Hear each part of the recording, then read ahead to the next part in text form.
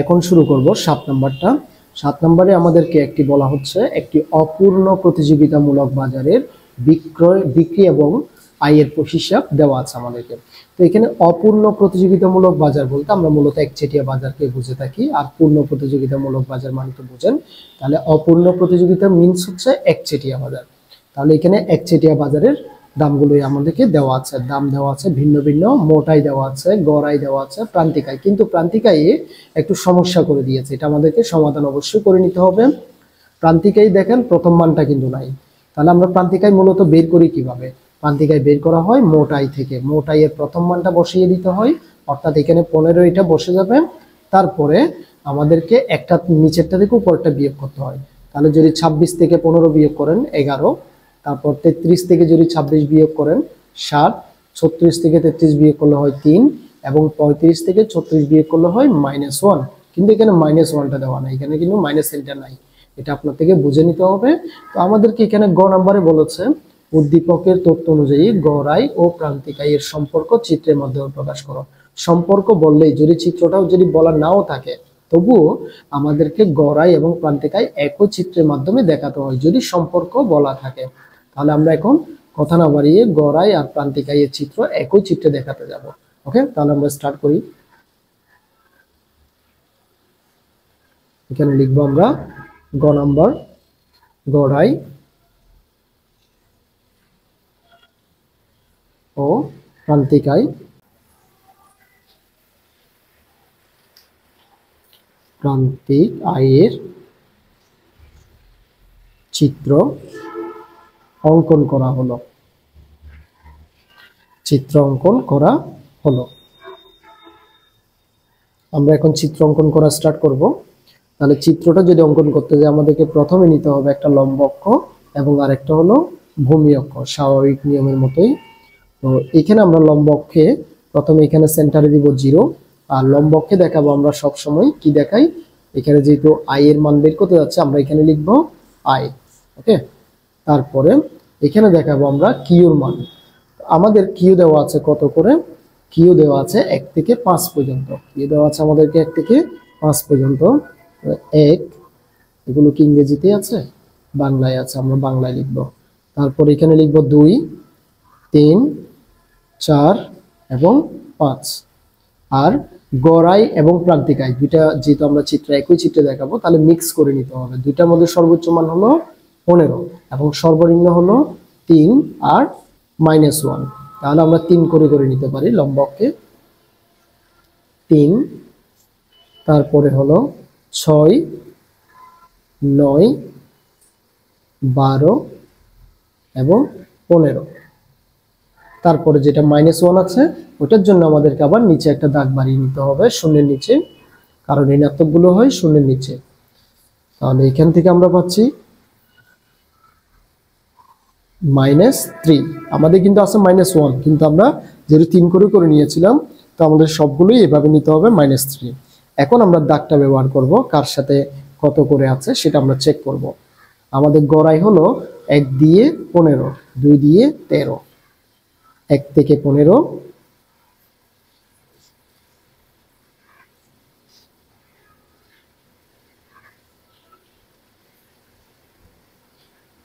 তারপর 2 দিয়ে হলো 13, 13 হলো 12-র একটু উপরে হবে। তারপর আমার রেখাটা একটু মিলে নাই, আপনারা একটু অবশ্যই একটু খেয়াল করবেন। তারপরে 3 থেকে হলো 11, 11 হলো 12-র নিচে। ওকে, 12-র নিচে। তারপর 4 দিয়ে হলো 9, 4 থেকে 9।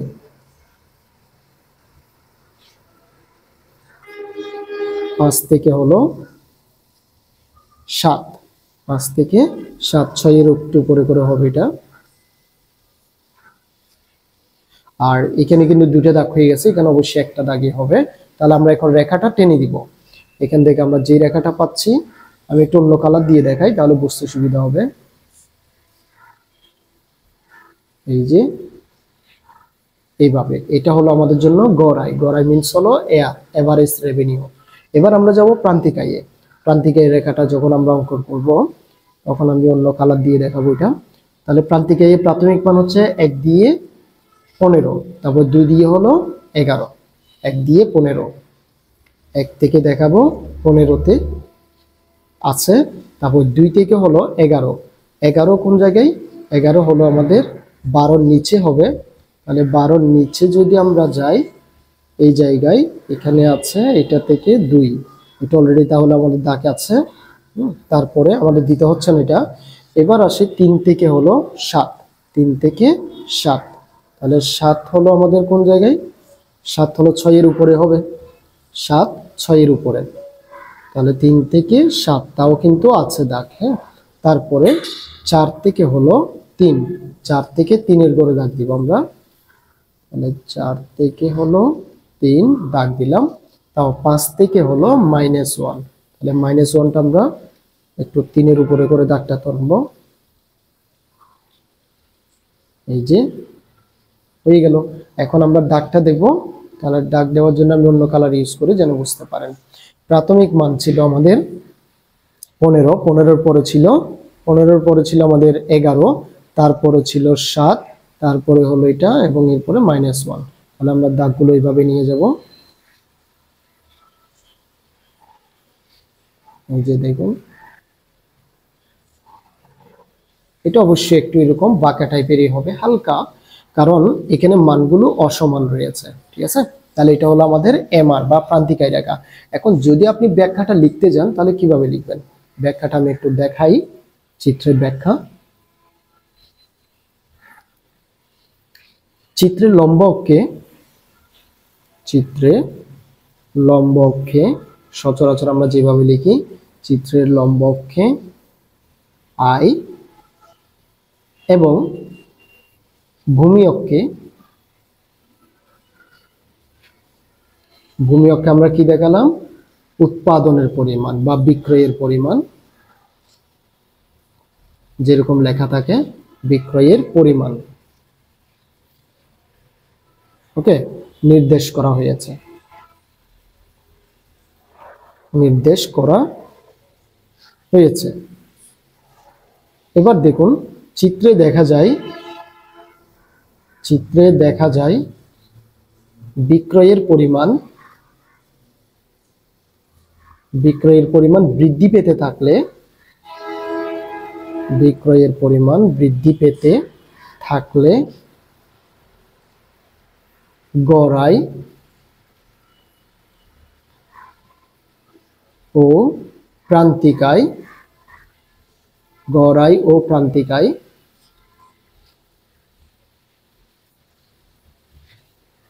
কি হয়, আমরা একটু সূচিটি খেয়াল করেন, গড় আয় ও প্রান্তিক আয় সর্বনিম্ন হয়। ঠিক আছে, তাহলে গড় আয় ও প্রান্তিক আয় সর্বনিম্ন হয়।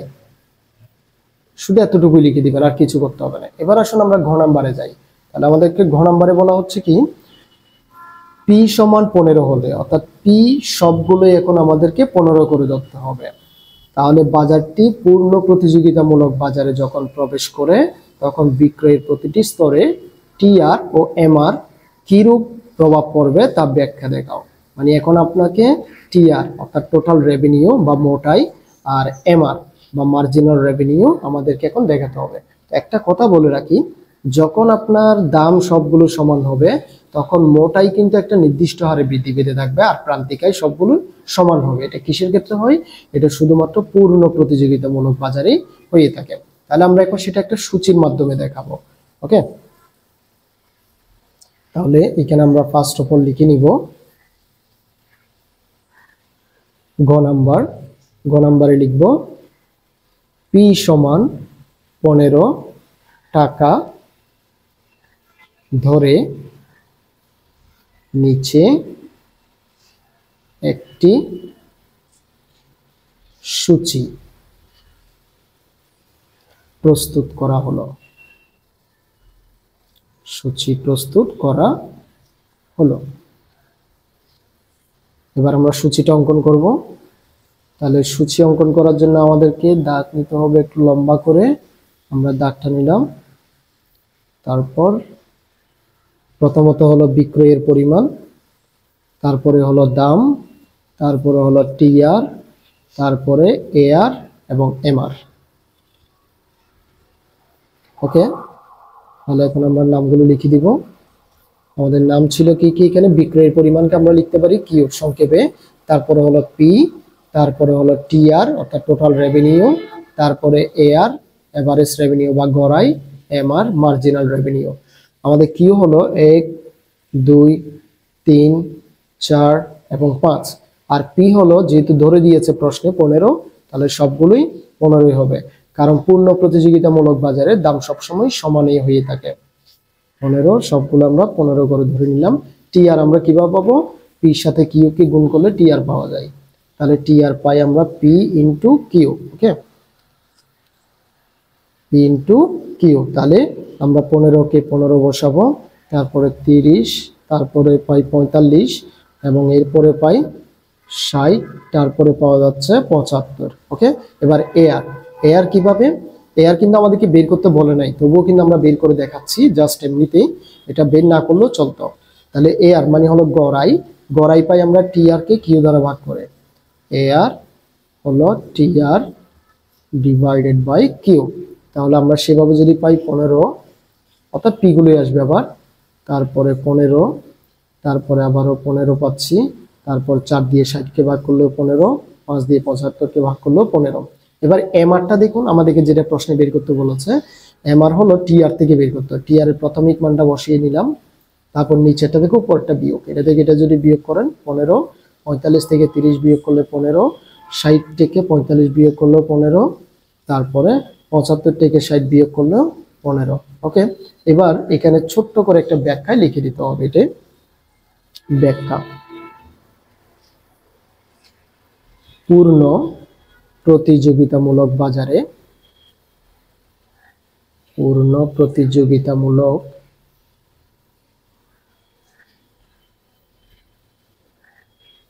বাজারে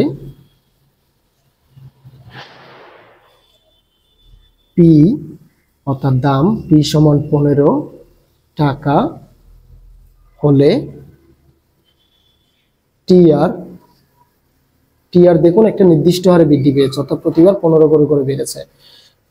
টিআর একটি নির্দিষ্ট পরিমাণে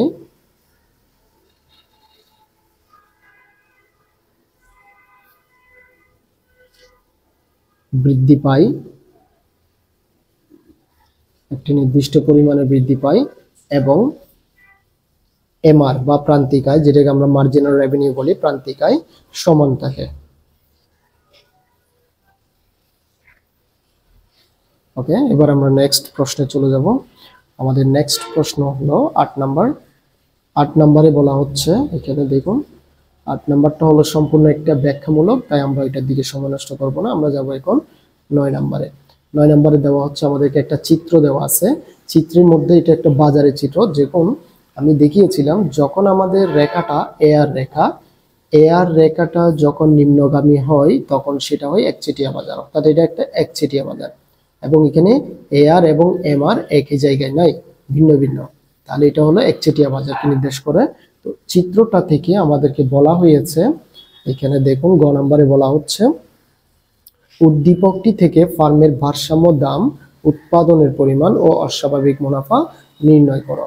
তাহলে ফার্মের ভারসাম্য দাম কোন জায়গায় এটা অর্জিত হয়েছে, ফার্মের ভারসাম্য দাম, তারপর উৎপাদনের পরিমাণ এবং অস্বাভাবিক মুনাফা। প্রথমত হলো আমরা একটু ভারসাম্যটা নির্ণয় করি। ভারসাম্য বিন্দুটা হলো যে বিন্দুতে এমআর রেখাকে এমসি রেখার নিচের দিক থেকে ছেদ করে, যে দেখুন এমআর রেখাকে এমসি রেখার নিচের দিক থেকে ছেদ করেছে, সেটা হলো ই বিন্দুতে। তাহলে ই বিন্দু হলো আমাদের জন্য এখানে ভারসাম্য বিন্দু, যেটা বড় হাতের ই দেওয়া আছে সেটা, আর সেটা ধরে আমরা এখন কাজ শুরু করব। সো প্রথমে আমরা যাচ্ছি, আরেকটা পেজ নিই, এখানে লিখে দিব যে এখন আমরা করতে যাচ্ছি 9 নাম্বার প্রশ্ন। 9 নাম্বার প্রশ্নের গ। আগে চিত্রটা একটু অঙ্কন করে নিই, কষ্ট হলো, চিত্রটা কিন্তু পরীক্ষায় আঁকতে হবে। অনেকে কিন্তু পরীক্ষায় মনে করে কি এটা প্রশ্নপত্রে যখন আছে এটা তো আমাদের আর অঙ্কন করার দরকার নাই, কিন্তু অবশ্যই সেটা আঁকতে হবে, এটা মাথায় রাখবেন। তাহলে এখানে হলো পি আর এবং সি, আর এখানে হলো কিউ। তো এখানে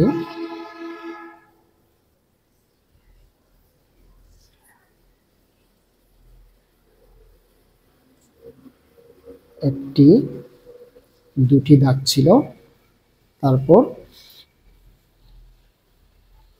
এ আর রেখাটা ছিল এই বরাবর, আর এম আর রেখাটা ছিল এই বরাবর। আমরা এখান থেকে দেখে অঙ্কন করব এটাকে।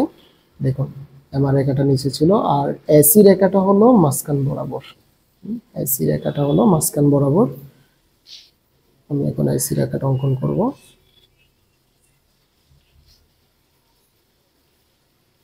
এটা হলো আমাদের এসি রেখা, আর এটা যেহেতু এমসি রেখা, এমসি রেখা এমআর রেখাকে নিচের দিক থেকে ছেদ করে। তো এটা হলো আমাদের জন্য এ আর এটা হলো এম আর। তাহলে এটা ছিল আমাদের ই বিন্দু বা ভারসাম্য বিন্দু, এটা ছিল এফ বিন্দু, আর এটা ছিল জি বিন্দু। তাহলে এখানে দেওয়া ছিল আবার মানগুলোর মধ্যে ছিল P1 P2 P3, P1 P2 এবং P3। বাকি সংখ্যাগুলো আমি না বসালে চলবে, এখানে আমরা Q1 দেব। এখন এখান থেকে যদি আমরা মুনাফাটা বের করতে যাই, তাহলে দেখুন আমি বাজারের ক্লাস আরো করিয়েছিলাম, সেখানেও এগুলো দেখিয়েছিলাম। দেখুন প্রথমে লিখবেন এখানে আমাদের প্রথমত লাগবে এ আর বিন্দুটা কোন বিন্দুতে ছেদ করেছে? এ আর বিন্দু হলো এফ বিন্দুতে ছেদ করেছে, আর এফ বিন্দু মান হচ্ছে P3, কিন্তু আমরা লিখবো 0 P3, অর্থাৎ 0 থেকে P3 দূরত্ব 0 P3। তারপরে এসি রেখাটা ছেদ করেছে জি বিন্দুতে, তাহলে জি বিন্দু মান হলো P2, তো আমরা লিখবো এখন 0 P2। কিউ বিন্দুটা হলো Q1 এ ছেদ করেছে, তাহলে আমরা লিখবো এখন কিউ সমান 0 Q1। ওকে, তাহলে এবার আমরা লিখবো, এখন এগুলো নিচে লিখবেন আপনারা, আমি এখানে দেখিয়ে দিচ্ছি টিআর, অর্থাৎ টোটাল রেভিনিউটা আগে বের করতে হবে। টোটাল রেভিনিউ হচ্ছে এ আর ইন্টু কিউ। আমাদের এ আর এর মান কত? দেখুন এ আর হলো 0 P3, আর কিউর মান ছিল 0 Q1। তাহলে যদি আমরা গুণ করি, দেখুন একটা জিনিস, 0 P3 0 Q1, এখানে কি কি দাঁড়ায়? 0 P3 আর 0 Q1, এতটুকুই তো না? তাহলে 0 P3 এবং 0 Q1, কিন্তু আমরা করবো এটাকে রাউন্ড করলে দাঁড়াচ্ছে 0 P3 F Q1। ওকে, এভাবে লিখে দিবেন সব সময় 0 P3 এবং F Q1, এটাকে রাউন্ড করে নিতে হবে। আবার দিয়ে আমরা লিখবো এবার টিসি, টোটাল কস্ট বের করতে হবে। তাহলে টোটাল কস্ট হচ্ছে এসি ইন্টু কিউ। এখন এসি বিন্দুটা ছেদ করেছে, সেম এসি, আগে আমরা এসির মানটা বসাই। এসি হলো আমাদের P2 0 P2, তারপরে কিউ হলো 0 Q1। ওকে, তাহলে এবার আমরা রাউন্ড করি 0 P2 0 Q1। দেখুন 0 P2, এই যে 0 P2, তারপর হলো 0 Q1। তাহলে আমরা যদি রাউন্ড করি কি পাই? 0 P2 G Q1, এটা আমরা লিখব 0 P2 G এবং Q1। ওকে, তাহলে এবার আমরা লিখবো, আমরা জানি মানে আমাদের মুনাফা বের করতে হবে। মুনাফার সূত্র হচ্ছে, মুনাফাকে অবশ্যই একটা সাইন দ্বারা দেখাতে হবে, পাই। মুনাফা পাই সমান টিআর মাইনাস টিসি। তাহলে টিআর এর মান হলো 0 P3, যা পেলাম F Q1। ওকে, তাহলে মাইনাস টিসির মান হলো 0 P2 G এবং Q1। তাহলে একটা থেকে একটা যদি বিয়োগ করার নিয়মটা হলো কি, 0 থেকে 0, অর্থাৎ যেগুলো মিল আছে সেগুলো উঠে যাবে। তাহলে 0 এবং Q1 মিল আছে, এগুলো উঠে গেল। তাহলে বাকি থাকলো আর P3 F, তারপরে P2 এবং G। তো আমরা যদি একটু সাজিয়ে লিখি তাহলে কি পাই আমরা? P2 P3 এবং F G, এভাবেই সাজিয়ে লিখে দিবেন। তো এখন এটা কিসে অস্বাভাবিক মুনাফা হয়েছে কিনা সেটা আপনি কিভাবে বুঝবেন? অস্বাভাবিক মুনাফা চেনার উপায় হলো যে এ আর রেখাটা দেখুন এফ বিন্দুতে আছে, আর এসি রেখাটা দেখুন জি বিন্দুতে আছে। সবসময় এসি এবং এ আর নিয়ে কম্পেয়ার করবেন মান বের করার সময়ও, এসি এবং এ আর শুধুমাত্র।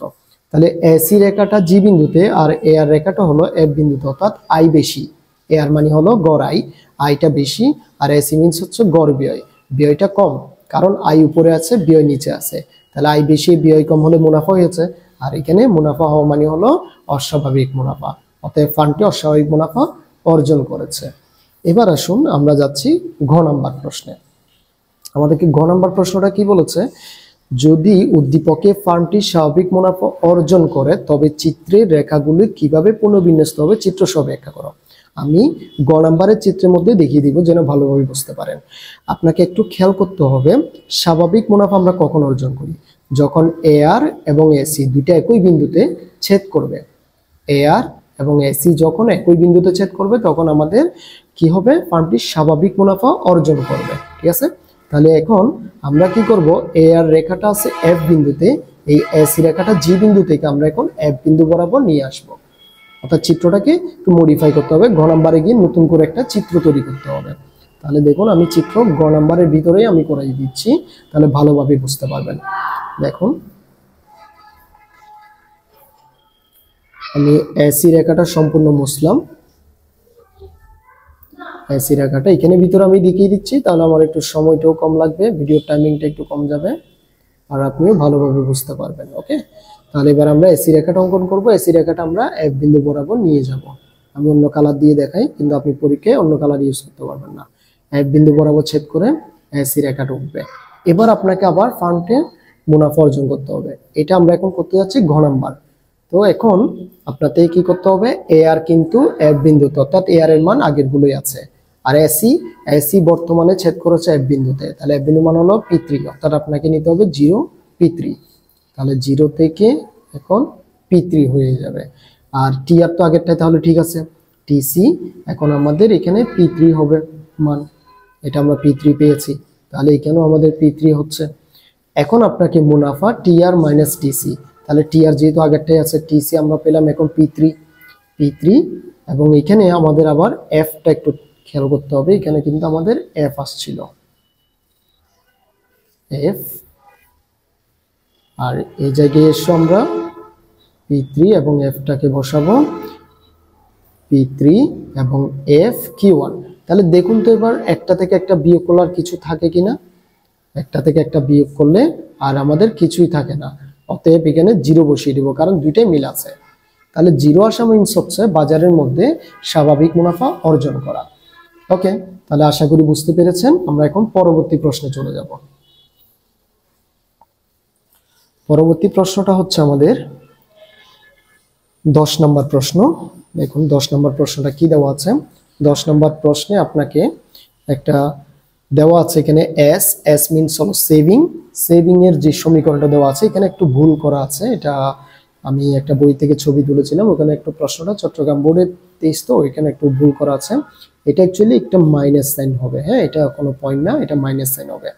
তারপর আই, আই মিনস হলো বিনিয়োগ, তার সঞ্চয় এবং বিনিয়োগ দেওয়া আছে। এখন আপনাকে গ নাম্বারে বলা হয়েছে জাতীয় আয়ের চিত্র অঙ্কন করতে বলা হয়েছে। তাহলে প্রথমে আমরা জাতীয় আয়টা তো বের করতে হবে আগে, তাই না, বের করে তারপরে তো চিত্র অঙ্কন করব। তো আমরা বের করতে হবে আগে, আমরা তাহলে শুরু করি। প্রথমে আমরা লিখব, এটা যেহেতু আমরা 10 নম্বর প্রশ্নে যাচ্ছি, 10 নম্বর প্রশ্নের গ আমরা লিখব দেওয়া আছে সঞ্চয় এস ইকুয়াল দেওয়া আছে এস সমান -75 প্লাস 0.75 ওয়াই দেওয়া আছে, আর বিনিয়োগ সমান আমাদেরকে দেওয়া আছে কত দেওয়া আছে, বিনিয়োগ সমান 100ই তো মনে হয় না, বিনিয়োগ সমান 300 দেওয়া আছে, বিনিয়োগ সমান 300, আর এখানে একটা 0 আছে, যদিও 0টা কোনো প্রয়োজন নেই। তাহলে এবার আমরা কি করব, আমরা জানি বলে লিখব, আমরা জানি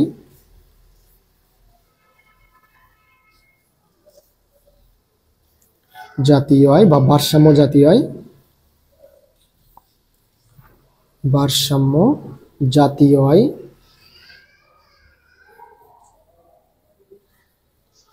ওয়াই সমান, তো ওয়াই সমান এখানে ইউজ করা যাবে না, কারণ আমাদের এখানে ভোগ সমীকরণ কিন্তু নাই, তাহলে অতএব আমাদেরকে সূত্র আরেকটা অ্যাপ্লাই করতে হবে। আরেকটা জাতীয় সূত্র হচ্ছে এস ইকুয়াল আই, অর্থাৎ সঞ্চয় সমান বিনিয়োগ। আপনি কোনো টাকা যা সঞ্চয় করবেন, সঞ্চয় না করে সেটা আপনি বিনিয়োগ করতে পারবেন। তাহলে আমরা এখন সঞ্চয়ের মানগুলো বসিয়ে নিই, -75 প্লাস 0.75 ওয়াই ইকুয়াল আই সমান দেওয়া আছে আমাদের 300। সো আমরা এখন কি করব, 0.75 এটা এখানে বসাইলাম, 300, আর এটা যদি এই পাশে নিয়ে আসি আমরা তাহলে হয় প্লাস। সুতরাং আমরা এখান থেকে পাচ্ছি ওয়াইটা এদিকে রাখবো, এটাকে এদিকে নিয়ে যাব। আগে আমরা এটার সাথে এটা যদি যোগ করি তাহলে হয় 375, আর এটা এই পাশে নিয়ে আসবো তাহলে ভাগ হয়ে যাবে। এখন 0.75 দ্বারা যদি আপনি ভাগ করেন তাহলে ভারসাম্য জাতীয় আয় আপনি কত পাচ্ছেন এখান থেকে, আপনি ভারসাম্য জাতীয় আয় যদি আপনি ভাগ করেন তাহলে পাবেন 500। ওকে, আপনি ক্যালকুলেটরে ভাগ করে দেখতে পারেন, এটা বের হচ্ছে আমাদের 500 টাকা। এখন আমাদেরকে চিত্রটা অঙ্কন করতে হবে, যেহেতু এখানে সঞ্চয়ের চিত্র, সঞ্চয়ের মান দেওয়া আছে, চিত্রটা একটু অন্যরকম হবে। এখন খেয়াল করুন, রেখাচিত্র পরীক্ষা এইভাবেই উপস্থাপন করবেন প্রত্যেকটা, তাহলে আর নাম্বার কাটা যাবে না। একটা লম্ব অক্ষ নিব আমরা আগে, তারপর আরেকটা নিব ভূমি অক্ষ। এখন আমরা কি করব, এখানে এটা নিব 0 অক্ষ, আর এখানে আমরা দেখাচ্ছি সঞ্চয় এবং বিনিয়োগ দুইটাকে দেখাচ্ছি, এবং এই পাশে দেখাবো আমরা জাতীয় আয় ওয়াই এর মান দেখাবো। তাহলে যেহেতু বিনিয়োগ আমাদের একটাই আছে 300, বিনিয়োগ দেওয়া ছিল আমাদেরকে 300, আমরা 300 এটাই দেখাবো। ফার্স্ট অফ অল আমরা কি করব, এখানে একটা আই ইকুয়াল, অর্থাৎ প্রথমে বিনিয়োগ 0, তারপরে আমরা এইখান থেকে সোজা এদিকে চলে আসব। এটা হলো আমাদের আই সমান কত হয়ে গেল, এখানে 300, অর্থাৎ বিনিয়োগ 300। প্রথমে 0, 0 থেকে বৃদ্ধি পেয়ে 300 হয়ে গেল। তারপর আমরা এখানে এটা একটু আন্তাসের উপরে আঁকতে হবে আপনার থেকে, কৌশলে আমি যেভাবে আঁকে দিচ্ছি। তো এখানে আপনার জাতীয় আয় আমাদের কত বেরিয়েছে, 500 বেরিয়েছে, 500। আর এখানে এবার একটা বাড়িয়ে নেবেন 600, এবং এখানে একটা কমিয়ে নেবেন 400, এভাবে ধরবেন সব সময়। হ্যাঁ, তারপরে এখন আমাদের সঞ্চয় রেখাটা টান দিতে হবে। সঞ্চয় রেখাটা আমরা কিভাবে টান দিই একটু খেয়াল করুন। এটা থেকে, অর্থাৎ আমাদের বিনিয়োগকে ছেদ করে উঠে যাবে, এটা হচ্ছে আমাদের সঞ্চয় রেখা। ওকে, তাহলে আমরা এখানে লিখে দিব এস ইকুয়াল কত পাইছিলাম, আমাদেরকে দেওয়া ছিল কত, -75 প্লাস 0.75 ওয়াই, এটা হচ্ছে আমাদের সঞ্চয়ের মান। ওকে, তাহলে এতটুকুটি আপনার কাজ শেষ। এবার আসুন ঘ নাম্বার প্রশ্নে। আপনাকে ঘ নাম্বার প্রশ্নে বলা হচ্ছে কি, উদ্দীপকে যদি বিনিয়োগের পরিমাণ দ্বিগুণ করা হয়, খেয়াল করুন বিনিয়োগকে দ্বিগুণ করতে বলেছে, তাহলে জাতীয় আয়ের উপর কি প্রভাব পড়বে সেটা আবার চিত্রের সাহায্যে আমাদেরকে দেখাতে হবে। তাহলে ফার্স্ট অফ অল আমরা প্রশ্ন অনুযায়ী যদি এখন বিনিয়োগকে যদি দ্বিগুণ করি কি পাই, প্রশ্ন মতে দিয়ে আমাদেরকে লিখতে হবে। আমি অন্য আরেকটা নাই, এখানে ঘ নাম্বার দিয়ে লিখব প্রশ্ন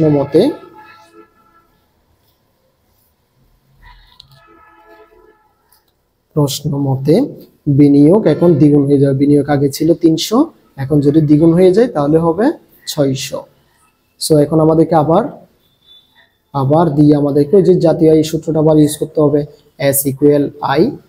এস এর সমীকরণ কিন্তু আগেরটাই, -75 প্লাস 0.75 ওয়াই, তারপর বিনিয়োগ এখন কত হয়ে গেল, 600। তাহলে এই জায়গা থেকে আমরা পাচ্ছি এখন 0.75টা আমরা এই পাশে রাখবো ওয়াইটা সহ, এখানে যেটা 600 আছে এটাকে ওই পাশে নিয়ে আসবো, অর্থাৎ -75, তাহলে এটা হয়ে যাবে এখানে আসতে প্লাস 75। তাহলে আমরা ওয়াইটা রাখবো, এটাকে ওদিকে ট্রান্সফার করে দিব। ট্রান্সফার করলে আমরা এখানে যোগফল পাচ্ছি আগে কত, 675, আর এটা এই পাশে নিয়ে আসলাম 0.75। সুতরাং আমরা এখন ওয়াই এর, অর্থাৎ ভারসাম্য জাতীয় আয় ওয়াই এর মান পাচ্ছি, এটাকে y1 দিলাম আমি, ওয়াই এর মান পাচ্ছি। তখন আমরা ভাগ যদি করেন ক্যালকুলেটরে তাহলে পাবেন আপনি 900। ওকে, তাহলে এবার এটাকে আবার চিত্রের মাধ্যমে দেখাতে হবে। এখন চিত্রের মাধ্যমে দেখাতে গেলে আমাদেরকে দেখুন রেখাচিত্র, খেয়াল করুন, এটা গ নাম্বারের সাথে একটু সামঞ্জস্য রাখতে হবে এখানে।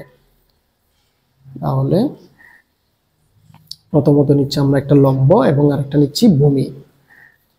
এখানে আগের মতোই আমরা নিব 0, এবং এখানে নিব বিনিয়োগ এবং সঞ্চয়, আর এখানে নিব জাতীয় আয়।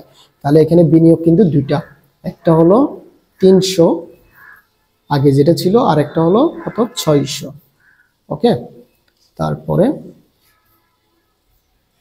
এখন আমরা রেখাটা, যেহেতু আমাদেরকে প্রথমে আমরা নিলাম এখানে জাতীয় আয়, প্রথমটাতে বের হয়েছিল কত 500, আর পরেরটাতে বের হয়েছে 900। আমরা এখানে একটা আন্দাজ করে নিতে পারবো, অসুবিধা নাই। তাহলে 500-র সাথে আমাদের 300 সম্পর্ক ছিল। দেখুন 500-র সাথে ছিল 300 সম্পর্ক, এটা ছিল 300-র সাথে, অর্থাৎ 500 জাতীয় আয় কখন হয়েছিল, যখন বিনিয়োগের পরিমাণ 300 ছিল। আর 600 যখন বিনিয়োগ, তখন আমাদের জাতীয় আয় গিয়ে দাঁড়ালো কততে, 900-তে। ওকে, তাহলে এবার আমাদেরকে প্রথম বিন্দুটাকে একটু কানেক্ট করে এবং এটার সাথে আবার লাগিয়ে দিতে হবে। তাহলে এটা হলো আমাদের জন্য এখন, খেয়াল করুন, আমরা এখানে প্রথমে যেটা মিলে গেছে সেটা দিব আমরা E1, আর এটাকে দিব আমরা E2। তারপরে আমাদের এটা ছিল বিনিয়োগ, কত ছিল এখানে বিনিয়োগ সমান, আমাদের বিনিয়োগকে যদি আমরা এখানে 1 ধরি এবং এই জায়গাটা একটু টান দিয়ে আমরা বিনিয়োগ ধরবো এখানে 2। ওকে, তারপর এখানে আমাদের এস এর সমীকরণ কিন্তু সবসময় একটাই, -75 প্লাস 0.75 ওয়াই, বিনিয়োগ কিন্তু একই আগের মতোই। তাহলে এখানে আমরা যদি এখন ব্যাখ্যা যাই, আমাদের বিনিয়োগ যখন সমপরিমাণে ঘটে তখন, অর্থাৎ এখানে লিখবো আমরা, অতএব দেখা যায়, এভাবে পরীক্ষায় লিখতে হবে। অতএব দেখা যায় বিনিয়োগ দ্বিগুণ করা হলে, বিনিয়োগ দ্বিগুণ করা হলে জাতীয় আয় বৃদ্ধি পায়। শুধু এতটুকুই, আর কিছু করতে হবে না। ওকে, এবার আমি কথা না বাড়িয়ে তাহলে যাচ্ছি এবার পরবর্তী কোয়েশ্চেনে। পরবর্তী কোয়েশ্চেনটা আমাদের কি ছিল, 11 নম্বরে। 11 নম্বরের কোয়েশ্চেনটা একটু ইন্টারেস্টিং। এটা হলো মুদ্রা ব্যাংক থেকে, অর্থাৎ লাস্ট অর্ধে দশম অধ্যায় থেকে। এম এর মান দেওয়া আছে 2000, বিহিত মুদ্রার প্রচলন গতি দেওয়া আছে 8, ঋণের পরিমাণ এম প্রাইম দেওয়া আছে, আবার বি প্রাইম দেওয়া আছে, এবং লেনদেনের পরিমাণও দেওয়া আছে 1500। আপনাকে বলেছে গ নম্বরে উদ্দীপক থেকে দাম স্তর নির্ণয় করো। এটা খুব ইজি, আমি সেটাই আগে শুরু করি। আমরা লিখবো এখানে 11 নম্বর প্রশ্নের গ, প্রথমে লিখবো আমরা দেওয়া আছে, যা যা দেওয়া আছে আগে সেগুলো লিখতে হবে। দেওয়া আছে এম সমান আমাদেরকে দেওয়া ছিল 2000, তারপরে এম এর পরে হলো বি, তারপরে হলো এম প্রাইম, এবং এরপরে হলো বি প্রাইম, তারপরে হলো টি।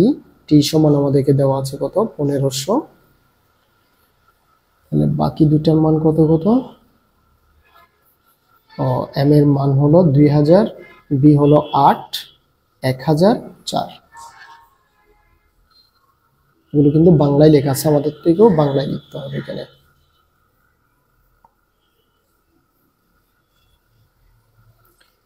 আর এটা হলো 15,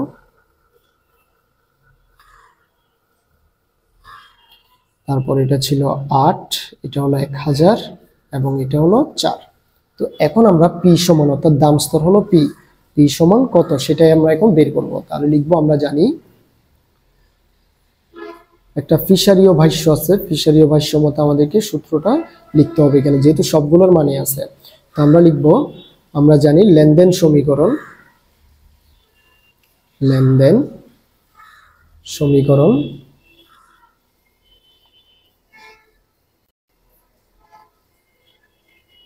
একটু তো সমস্যা হয়ে গেল, লেনদেন সমীকরণ পিটি, এটা হলো সূত্র, খেয়াল রাখবেন, পিটি সমান m V plus M prime V prime. তাহলে আমরা যদি এখন পি এর মান বের করব, পিটাকে রেখে টি কে ওদিকে ট্রান্সফার করে দিব, তাহলে পাচ্ছি আমরা m V plus M prime এবং ভি প্রাইম বাই টি। তাহলে এই ক্ষেত্রে আমাদের এম এর মান ছিল 2000, তারপর ভি এর মান হলো 8, তারপর এম প্রাইমের মান হচ্ছে 1000 দেওয়া আছে, বি প্রাইমের মান দেওয়া আছে 4, তারপর টি এর মান দেওয়া আছে 1500। তাহলে এই ক্ষেত্রে এখান থেকে আমরা পাই কত কত, প্রথমটাতে পাই 16,000, তারপরেরটাতে পাচ্ছি 4,000 গুণ করে এখানে 1500 দিয়ে আমরা যদি ভাগ করি তাহলে এখানে হচ্ছে 20,000। এখন 20,000কে যদি আমরা 1500 দিয়ে যদি ভাগ করি তাহলে আমরা কত পাবো, দেখুন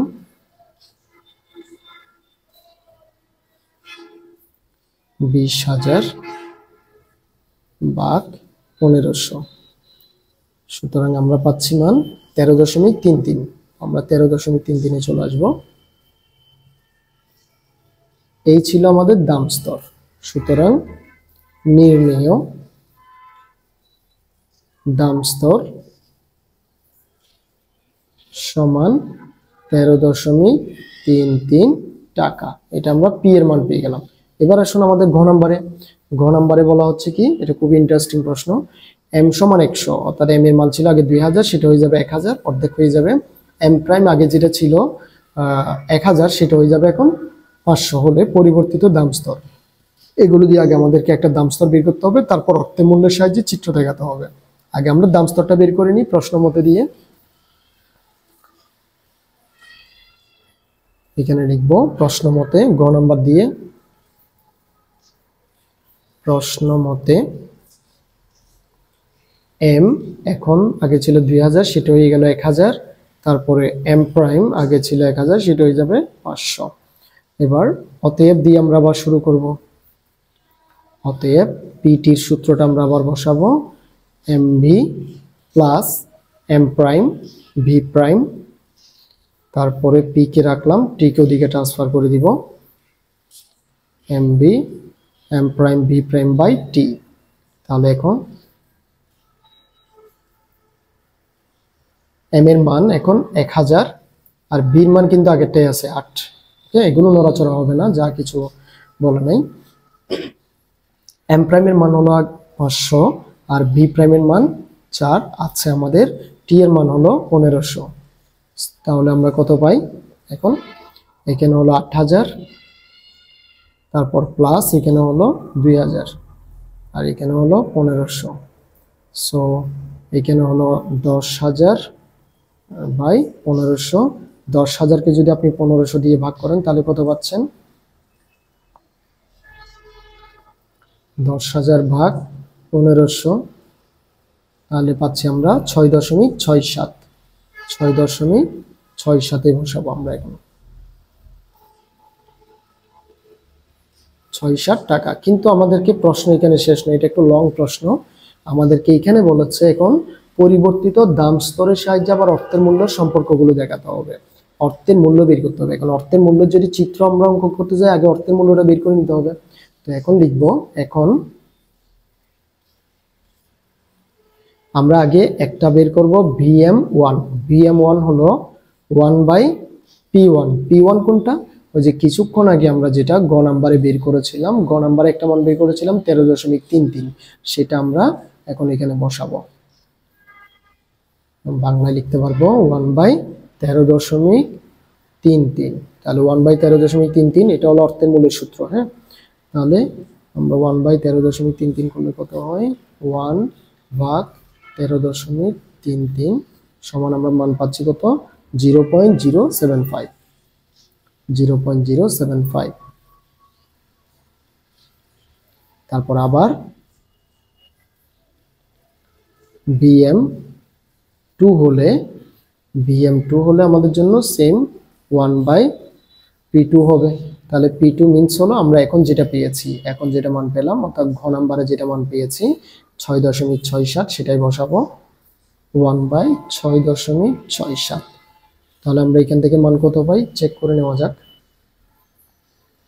1 ভাগ 6.67, তাহলে আমরা মান পাচ্ছি এখানে কত, এটাকে আমরা 150 করে লিখতে পারবো, অর্থাৎ 0.150 লিখতে পারবো, কারণ এখানে 9 আছে, আমরা যেটা 3 করে লিখবো।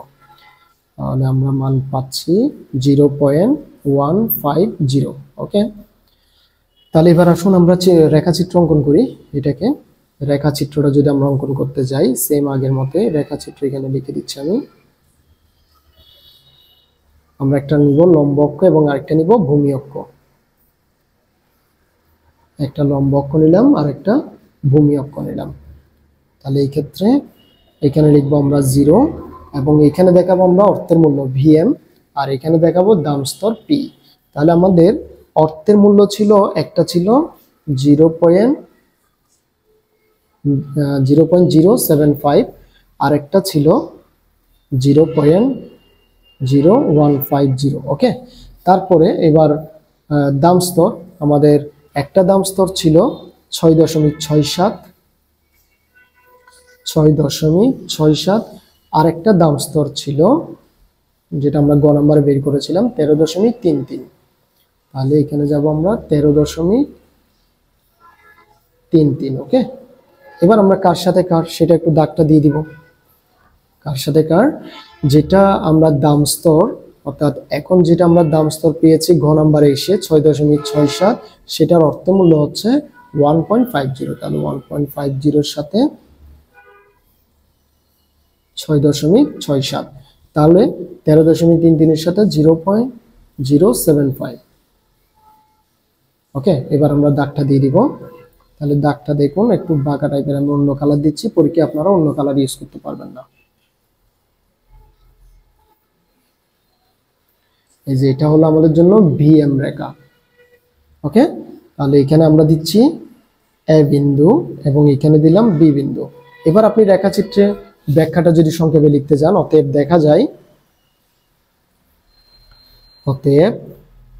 দেখা যায় দাম স্তর যখন অর্থের মূল্য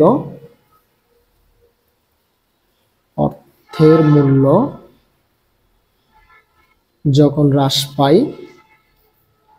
অর্থের মূল্য হ্রাস পেয়েছে কিভাবে? আমাদেরকে প্রশ্নে কিন্তু অর্থের মূল্য আগে ছিল যেটা 2000, সেটা এখন অর্ধেক করে ফেলেছে, 1000 করে ফেলেছে। তাহলে 1000 করলে তখন আমাদের কি হয় দেখুন, এখানে যখন আমাদের অর্থের মূল্য যখন অর্ধেক করে ফেলে তখন দাম স্তর কিন্তু আমাদের হ্রাস পায়, তাই না? অর্থের মূল্য যখন হ্রাস পায় তখন দাম স্তরও হ্রাস পায়। দাম স্তর হ্রাস পায়, এটা লিখে দিতে হবে, এতটুকুই শুধু। আমি আরেকটু ডিটেলস একটু বুঝিয়ে বলি। দেখুন, আপনার দাম যখন 6.67 তখন কিন্তু অর্থের মূল্য প্রায় 0.10। যখন দাম বৃদ্ধি পেয়ে যখন ডাবল হচ্ছে তখন কিন্তু অর্থের মূল্য হ্রাস পেয়ে গেছে। আপনি খেয়াল করুন, এখানে হ্রাস পেয়েছে আর এখানে বৃদ্ধি পেয়েছে, তাই না? কারণ দাগেটার সাথে এটা, যখন আপনি দামটা যখন বাড়িয়ে নিচ্ছেন তখন কিন্তু আপনার অর্থের মূল্য হ্রাস পেয়ে যাচ্ছে। ওকে, তো এটাতে লিখে দিবেন। তো আশা করি বুঝতে পেরেছেন। পরের ভিডিওতে কথা হবে। ধন্যবাদ।